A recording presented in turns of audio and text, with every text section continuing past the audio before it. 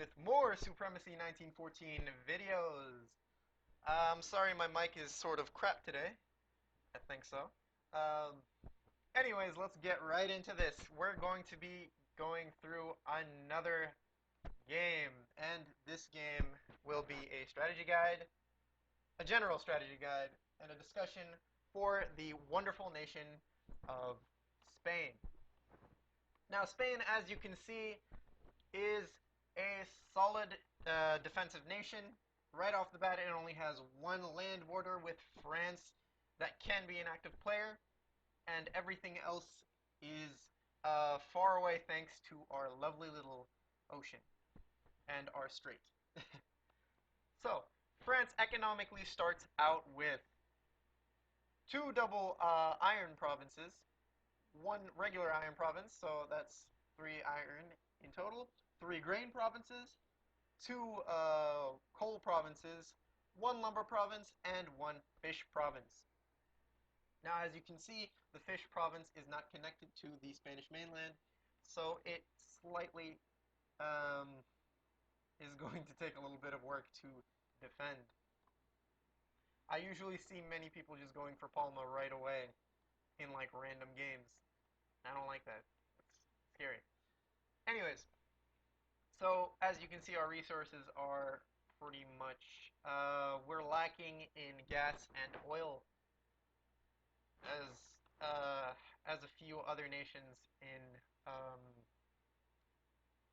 Western Europe are. Now, in my strategy, it's best to just make these close together in order to keep your resources from being depleted very quickly. Because with the fish and grain province, as time goes on and the morale of your provinces increase, you're going to fix that problem quite quickly. Same thing for materials. Materials will be very, very helpful in the long run. These materials will allow you to construct many, many forts and many, many harbors in order for your nation to increase production of its important materials. Thankfully, both of the iron provinces um, are allowed the harbor, which does give quite a bit of production buffs and help. And the coal will really help as well.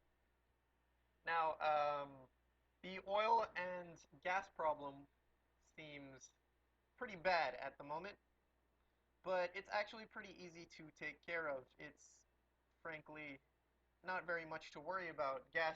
Oil is always a necessity, especially in later games. Thankfully, if you're lucky, you will find either an inactive African nation or a new African nation, and a not very strong one, strategically.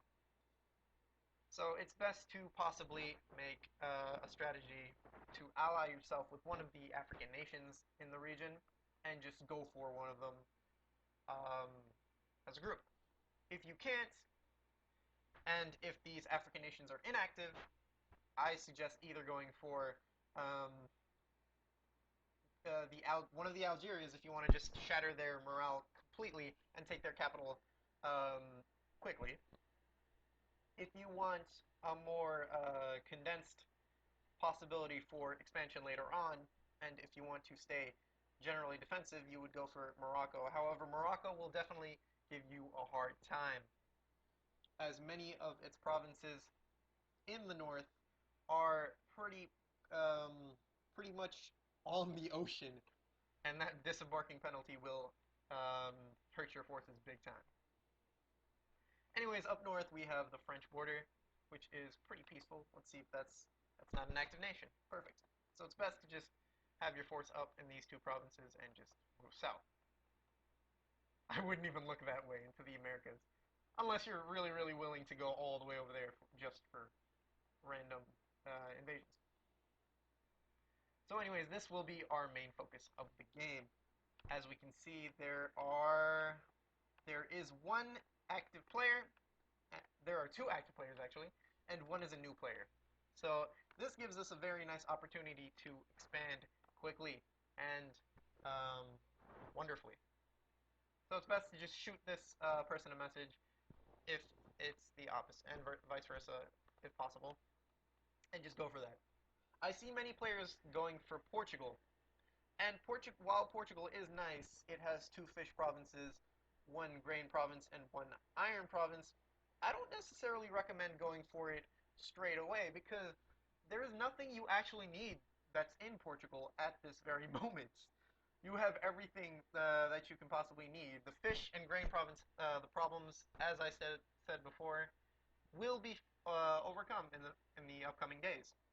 Because obviously you start out at 70 morale in all your provinces, and building forts will increase this increase the morale gain dramatically. Dramatically being by 5% extra. Yeah. Let's see. Late game, I guess. Having taken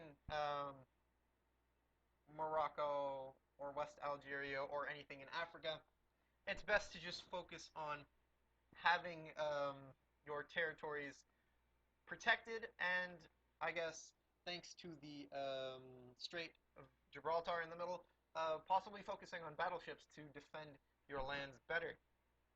You can always go north and go into France. However, if you don't really have oil production, it doesn't really help. It just makes your oil problems worse. Italy is actually a pretty good choice. Um, on some occasions, it's good to grab just these two islands and have that oil production, or just go up north and have that gas production straight on.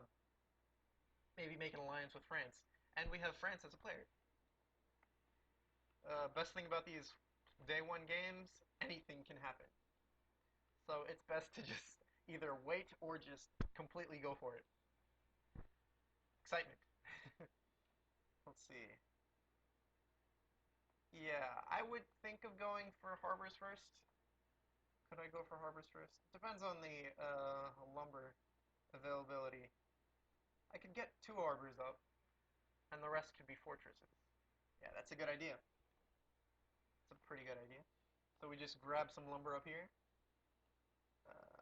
Wait, we can grab more? Oh, lovely. Just grab all the lumber you can. Lumber is always good. So thankfully we can now have three harbors due to it being 10,000 cash and 10,000 lumber for harbors that will boost your economy dramatically. And we only have 2 hours and 33 minutes for the next day because harbors are available on day 2. So what I'm thinking of doing as a general strategy will be to put a harbor in Burgos, put a harbor in Malaga to get that iron production up to near maximum, and then maybe put a harbor in either Barcelona or Santiago. I'm thinking Santiago because railways will always help, and we can always have um, lumber production increase to make more harbors. Spain has the possibility of making 7 harbors, and 7 harbors is very, very nice in a production increase, especially when um, compared to countries around you that have the possibility of making um, 4 harbors, 1 harbor, um, a lot of harbors over here. So essentially, Morocco is your worst nightmare when you're playing as Spain. It's either your worst nightmare or your dream come true. It depends on the player of Morocco. He can try to invade you, and if that happens, that will be your loveliest dream ever. Because literally all you have to do is put your armies up on the coastal, um, let's see, over here, at the limits of the disembarking point, and they will die on the beaches. All you have to do is put around like, let's say, 20,000 or 30,000 to kill off 100,000 Moroccans just running at your cities from the ocean. Now, the same thing can be said about your troops as well, because because you may think of trying the same strategy with Morocco. I suggest you do not, unless you have clear evidence that the Moroccan player is either A, attacking West Algeria, B, attacking French West Africa, or C, completely AFK.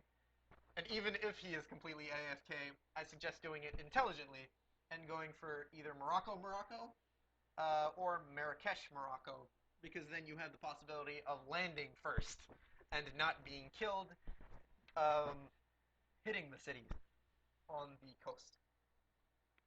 And that's essentially it.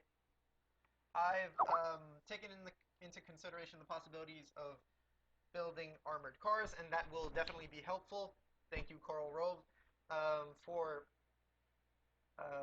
protecting your forces and having an easier time in invading other territories, thanks to mechs being available, mechs like armored cars being available early on in the game.